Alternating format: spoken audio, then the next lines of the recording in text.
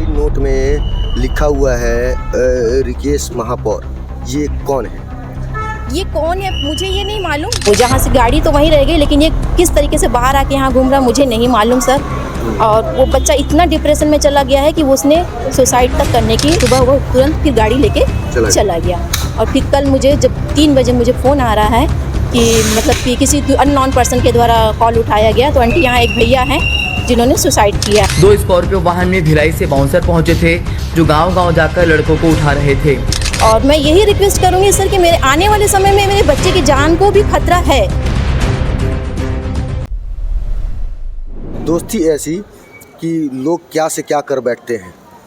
एक ऐसा ही दोस्ती का मामला सामने आया है जिसमें कुछ दोस्तों ने एक दोस्त को समझा बुझाकर गाड़ी फाइनेंस करवा ली और उसको फिर बाद में उसका किस्त नहीं पटाया, यह कहकर कि बाद में पटा देंगे, और फिर लोन वाले उनके घर दौड़ना चालू कर दिया।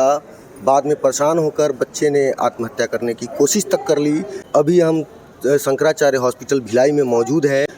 मामला कुछ और भी है, उनके माँ से हम समझते हैं पूरा मामला क्या है। मैडम, बच्चे का क्या नाम? नितेश सिंह। आपका रहना कहाँ होता है? मेरा रहना जामुल में, जय अम्बे के पीछे में। अच्छा, पूरा क्या मामला था? मामला ये था सर कि 3 महीने से करीब बच्चा बहुत ही डिप्रेशन में चला गया था। बार बार उसको पूछने पे भी वो कुछ चीज़ बता नहीं पा रहा है, और ना वो घर में रहना पसंद कर रहा है, ना वो सो पा रहा है, ना खा पा रहा है, और खुल के हम लोग से कुछ बता नहीं रहा, बस घुटता जा रहा है। फिर कई बार हम लोग पूछने की बहुत कोशिश की, लेकिन वो नहीं बताया। फिर कुछ अभी करीब 1 महीना भर हुआ जब एक चोलामंडलम से टीम आई, और उन्होंने अचानक जब मेरे घर में पहुंचे तो मैं थी घर पे, उन्होंने पूछा आपकी EMI नहीं गई है? तो मैं बोली किस बात की EMI सर, हमारा तो चोलामंडलम में कुछ भी चीज़ फाइनेंस नहीं है। आपको नॉलेज में ही नहीं था? हमारे नॉलेज में ही नहीं था। तो उन्होंने बोला कि आपके यहाँ एक स्कॉर्पियो फाइनेंस हुई है जिसकी किस्त नहीं पट रही है। मैं बोली सर हमारे यहाँ ऐसा कुछ है ही नहीं, हमें हमारी जानकारी में कुछ नहीं ना, हमने फाइनेंस कराया है।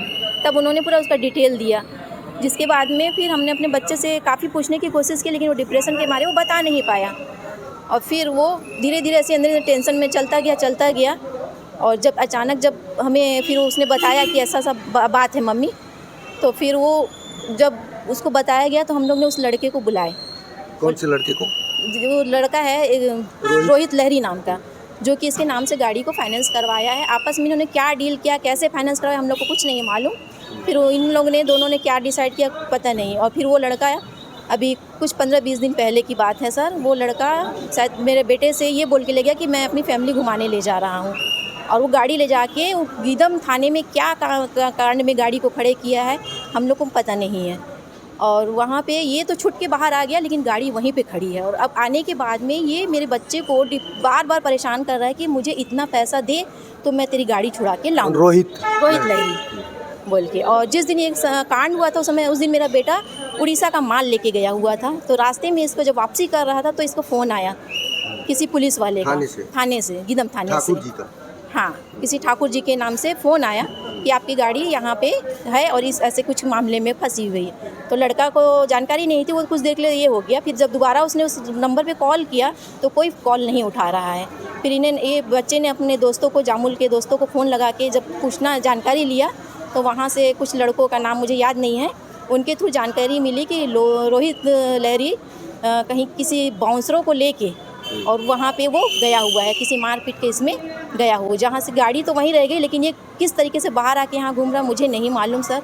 और वो बच्चा इतना डिप्रेशन में चला गया है कि वो उसने सुसाइड तक करने की कोशिश की, और उसे ये धमकी भी दिया, इसको ये मतलब प्रेशराइज कर रहा गया कि जो गाड़ी तू चला रहा है उस गाड़ी को गिरवी रख के पैसे दे दे।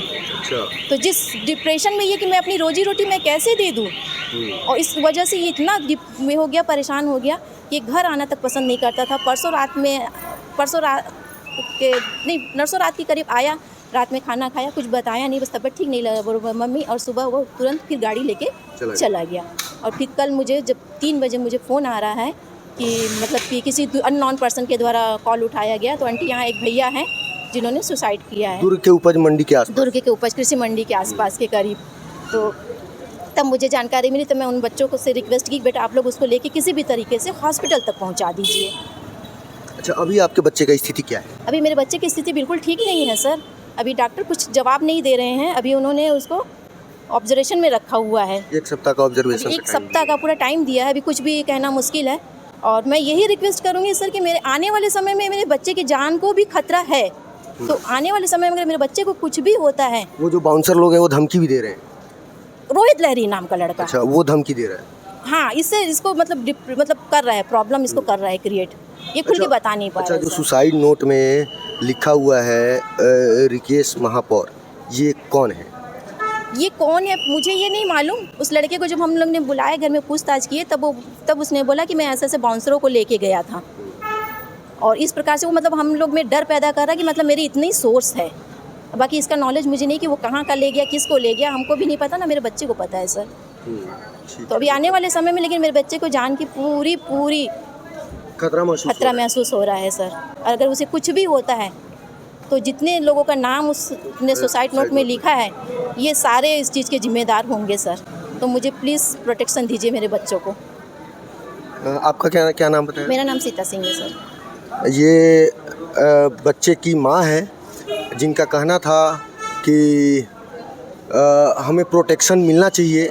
रिकेश सेन का नाम इसमें आ रहा है, रिकेश सेन कौन है ये नहीं बता पा रही हैं। सुसाइड नोट में लिखा हुआ है रिकेश सेन महापौर, उनके बाउंसर वहाँ गए थे। हमने थाने टीआई से बात की है, उनका भी कहना था कि भिलाई से बाउंसर लोग आए थे, यहाँ अवैध वसूली करने आए थे। आदिवासी लड़के को अपहरण किया गया था, जिसमें सरपंच के द्वारा गाड़ी को रोककर थाने में फ़ोन कर एफआईआर कराई गई। फिर पुलिस प्रशासन ने संज्ञान लिया और गाड़ी को जब्त कर लिया। लेकिन स्वाभाविक सी बात है, बिना पहुंच का वो व्यक्ति फिर एक ही दिन में छूट कैसे गया। हमारे पास वीडियो उपलब्ध है, इस वीडियो को देखिए, समझिए। आपके शहर में, आपके राज्य में कैसे आपके शहर में भ्रष्टाचार से लेकर आपराधिक तत्वों का जमावड़ा बढ़ते जा रहा है, और इसको सुरक्षा कौन दे रहा है, ये समझने वाली बात है। आप जवाब दीजिए, कमेंट बॉक्स खुला हुआ है आपके लिए। धन्यवाद। दंतेवाड़ा जिले के कारली बुधपदर समेत 3 अलग अलग गांव के करीब 3 से 4 आदिवासी लड़कों की किडनैपिंग की कोशिश की गई है। 2 स्कॉर्पियो वाहन में भिलाई से बाउंसर पहुंचे थे, जो गांव-गांव जाकर लड़कों को उठा रहे थे। हालांकि इसकी खबर ग्रामीणों को मिलते ही उन्होंने गाड़ी को बीच रास्ते में ही रोक दिया। मामले की जानकारी पुलिस को दी गई, वहीं पुलिस ने सभी को हिरासत में ले लिया है। मामला पैसों की लेनदेन से भी जुड़ा हुआ बताया जा रहा है। गाँव के लोगों ने जमकर हल्ला बोल किया है। दंतेवाड़ा जिले के गिदम ब्लॉक के आदिवासी समाज के अध्यक्ष जितेंद्र वट्टी का कहना है कि जॉब लगाने के नाम पर किसी राजू अंसारी नाम के एक युवक ने गांव के युवकों से पैसे लिए थे, लेकिन जॉब नहीं लगाई। युवकों ने पैसे भी लौटाने को कहा, लेकिन उन्होंने पैसे नहीं लौटाए। हालांकि इन युवकों की किडनैपिंग भी की जा रही थी। यदि गांव के लोग इस मामले को लेकर सामने नहीं आते और गाड़ी को नहीं रोकते, तो न जाने इन युवकों को ले जाकर उनके साथ क्या किया जाता। गीदम थाना प्रभारी विजय पटेल ने कहा कि फिलहाल पुलिस इस पूरे मामले की जांच कर रही है। जांच के बाद इन आरोपियों पर सख्त से सख्त कार्रवाई की जाएगी।